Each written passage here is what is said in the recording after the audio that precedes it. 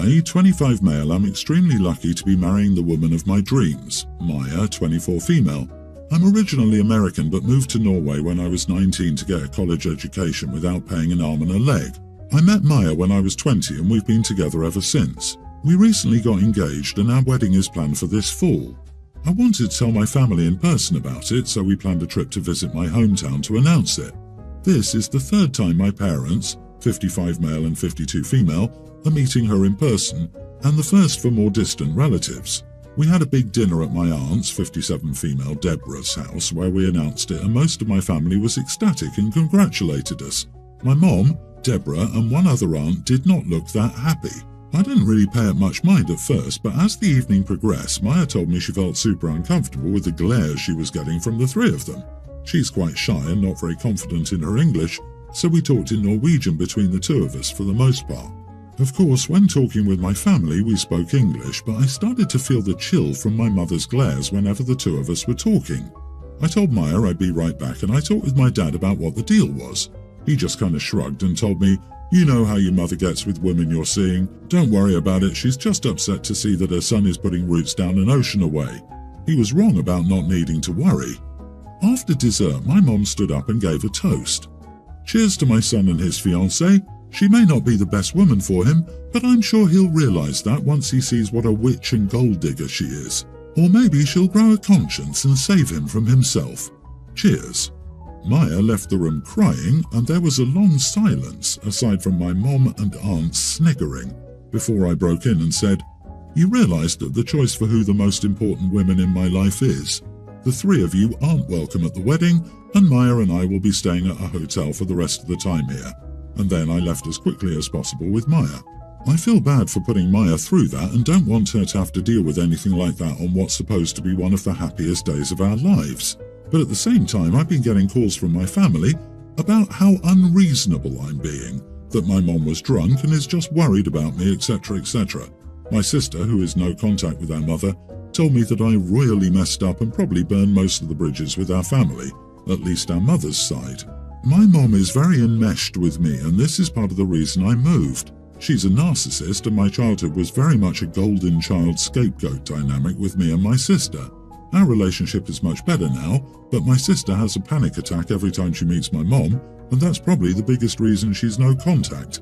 So my sister's opinion matters to me. She's not taking my mom's side, she just knows that I've tried to keep my dad in my life, and this will probably make it difficult to impossible. A lot of my mother's side has said they won't come unless I re-invite my mom and aunts. My dad said he can't come unless my mom can go, and he really wants to be there. I don't know what to do, and Maya said it's my choice, but she really doesn't want them there. Am I the idiot? Edit, Maya's English is great, it's more about being self-conscious about her accent. My mother made a comment the first time we had a video call, and she's been uncomfortable talking to my family in English ever since. We can't elope, her parents have already started putting down deposits and making reservations because we're having our wedding in Norway. Most of my dad's family is sane, and they agree that my mom was so beyond the line that I can't invite her. My father is in the least enviable position I can think of, between a rock and my mother. I'm trying to think of ways that he could come, but unfortunately my mother would almost definitely find out. Not the idiot, you need to put your future wife first. She did nothing to your mother and aunts, and they were vicious. Your dad sounds like a doormat. Using your love for him to basically blackmail you into inviting your viper of a mother is pathetic. OP, good, goddamn riddance. Your mom will only get worse and your dad will be no help. Don't invite your mother and aunts. Oh boy, in vino veritas. Drunk mother let out what sober mother thinks. What your mother said and did was pretty much unforgivable, and the way the rest of your family has reacted shows them up for what they are too. I hear Norway's lovely for weddings. Honestly, I would cut them loose and invite your friends and her family only. Any kind of compromise now will be hurtful to your fiancé. Do you really think your mother will behave at the wedding? Good on you for standing up for your fiancé. There's no excuse for that. Not, oh, you know how she gets, or she was just drunk. You don't call your son's fiancé a gold-digging witch in a toast, laugh at her, make her cry, and get invited to the wedding. Good riddance to those standing with her and your aunts. They'd have probably laughed too if they were there. Also, you didn't burn any bridges. Your mom lit a fire and you walked away. If she regrets it now and wants to build a new bridge to replace the one she burned, she should get crack-a-lacking on how to figure out how she will apologize and make amends to Maya. It's really too bad there are so many people in your family who are unable or unwilling to see this. Marry Maya, move an ocean away, and be happy without that kind of nonsense in your life. My husband got a well-paying job about 8 months ago. Since then, he became a bit full of himself and started acting very weird with me and around others. He now acts like everything is paid by him, despite me having an above-average salary too and us sharing finances. At first, it was nice things, him bringing me flowers, taking me out to dinner, booking us a spa weekend, but then suddenly everything was about him treating me, the smallest things too. I had to listen to his, pick yourself a nice, insert literally anything here, I'll buy you anything, even at the freaking cheese counter. The normal things we bought before too were now suddenly treats from him, e.g. the softer toilet paper I like. I tried to talk to him about it multiple times, but he didn't understand the problem. He acted like this in front of others too. Everyone had to know how much money he made and how lucky I was to be treated so well by him. The last straw was when some friend of a friend said something sexist like, "Women are really good at spending all the money we men make, right?" And my husband laughed and replied that he knows it very well. He just bought me an expensive new bike and I barely even ride it. The mentioned bike was bought partially from money I got from selling my old bike, and the rest of it was paid with the bonus I received from my job. That was when I decided to start looking for a better paying job for myself. It took about 3 months. I got rejected a ton and I didn't tell my husband I was interviewing. I got lucky and got a job offer with just a slightly higher salary than my husband's. Instead of being happy, my husband said he felt betrayed by me. He accused me of being petty and not being able to handle him making more than me, despite him trying to make me feel like his money is mine too. When I told him he did the exact opposite, he said he was just happy he could finally contribute to our marriage too, referring to how my parents paid for our down payment. I think him not being happy about my new job really shows that I was right all along. But on the other hand, it's true that I only started looking for a job out of frustration with him. Am I the idiot? Not the idiot. As long as the scales were balanced, he was okay. The moment he had an advantage, you saw his true colours. He has to put others down to feel good about himself. He equates money with the value of the person. He's about as deep as a sheet of paper, an abusive piece of paper. Watch out if you ever find yourself on the wrong end of the scale again. He is not a charitable person. Agree, he's a very red piece of paper. OP, he should be happy for you, not berating you. I also think it says a lot that you felt you had to do this behind his back. That's not the basis of a healthy relationship. Instead of being happy, my husband said he felt betrayed by me. He also sees OP making more money that will in theory benefit them both as a personal attack, which is so sad. Honestly, I wouldn't care if my spouse ended up bringing home more money after being petty towards me. We're in this together. Money will help with our future together going forward.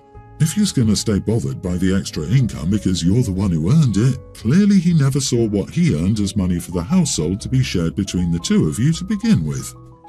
My 30 female sister, 39 female, has been with her boyfriend, 41 male, for 15 years. They have no intention of getting married, they just see it as a piece of paper, but I feel differently. For their anniversary, they got each other what essentially looked like engagement or wedding rings. When they started wearing the rings, they made it seem like they'd gone and eloped. They had an anniversary party with friends and family, and everyone was congratulating them. But on what? She came over yesterday, and I was honest with her and said I think it's strange that they're willing to wear rings, even call each other husband and wife, but not get married. She told me they don't need a piece of paper to tell them they can call each other husband and wife.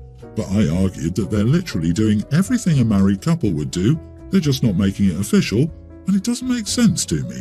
I said I feel like husband and wife labels are saved for married couples. She just said this shouldn't matter to me, it's just a label, and called me a judgmental idiot. We argued for 10 minutes before she left. My mom called me crying because my sister called her crying, and now both of them say they're disappointed in me, and I'm being unsupportive of my sister's decision not to get married. Am I the idiot here? You are the idiot. How does it affect you in any shape or form if they call each other husband and wife, or frog and toad, or king and queen? Your sister is happy in her relationship. Isn't that all that matters?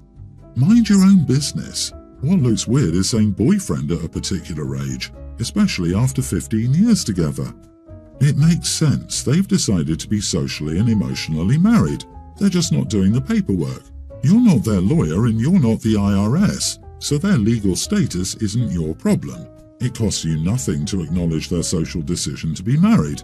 What's the actual problem here? I hate OP's sentiment that a successful 15-year partnership is irrelevant unless it's registered with the state. Honestly, it feels like a lot of jealousy here. It seems like you're a bit jealous of how long they've been together and you're upset that you don't have the same, so you're holding on to whatever you can. In this case, it's the pathetic argument of, well, you're not actually married. Marriage isn't a piece of paper. It's the day-to-day life together and sticking together for the hard times. If she's been with this man for 15 years, they deserve to be respected as a married couple, and you just diminished her relationship over semantics. My brother passed away 2 years ago, leaving behind his wife and 2-year-old son. He was the main breadwinner, so sister-in-law has been struggling, but my mom and I help her out as much as we can. This past weekend, I had tickets for a concert with my boyfriend in the city that I've really been looking forward to. Sister-in-law asked me to watch my nephew so she could run some errands. I agreed, but I told her I had a train I needed to take and what time I needed her to be home by. That time came and went. I called her multiple times with no answer. My train came and went. By the time she got home, it would make no sense for me to go. It would be over by the time I got there. My boyfriend was waiting for me in the city and never went into the concert because he didn't want to go without me since I was so excited for it. Both tickets were wasted. When she got home, she apologized and said she just had so many errands to run that she lost track of time. She said she never gets a chance to get things done because she works 2 jobs and she has a ton of things to get done. She once again said sorry and offered to cook me dinner. I declined and went home. The more I thought about it, the angrier I got, so the next day I texted her asking if she could reimburse me for the tickets. She replied that she simply didn't have the money and was struggling, and once again she was very sorry.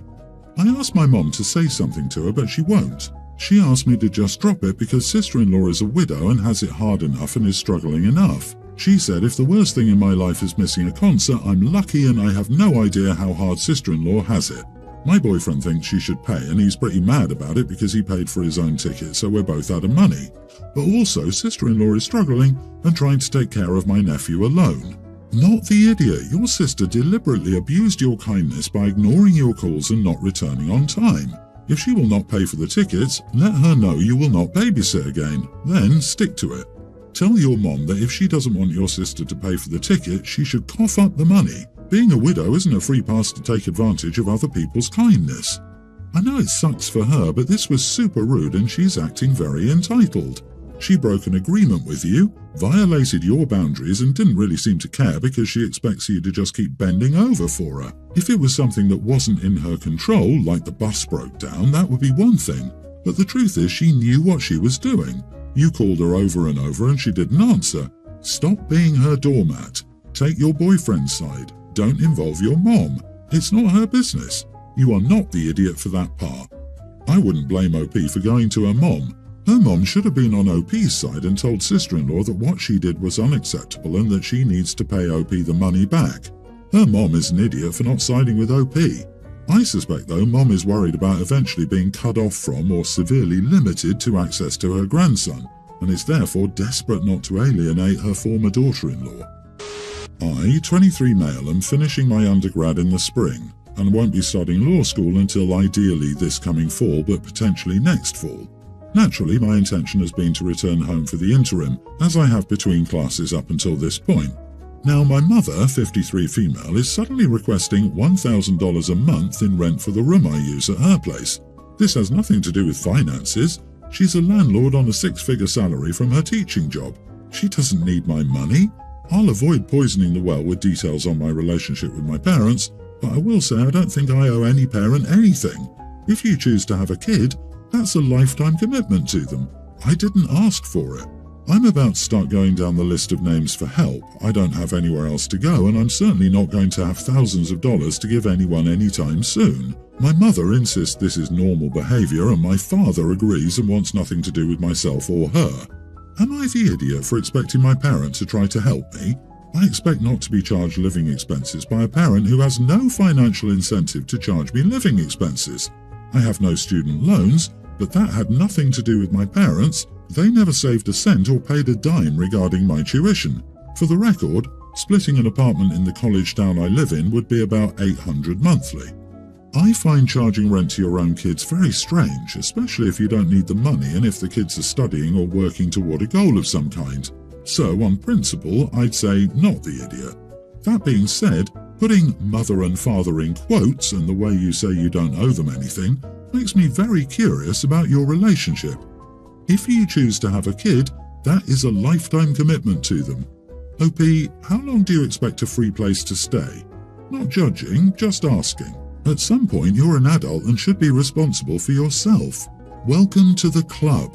What are you going to do for the 15 months after your undergrad? You should be working and paying rent. Your earning potential is, relatively speaking, higher than average since you have a degree, and not everyone does. Dude, maybe she's teaching you how being an adult works. If you choose to have a kid, that's a lifetime commitment to them.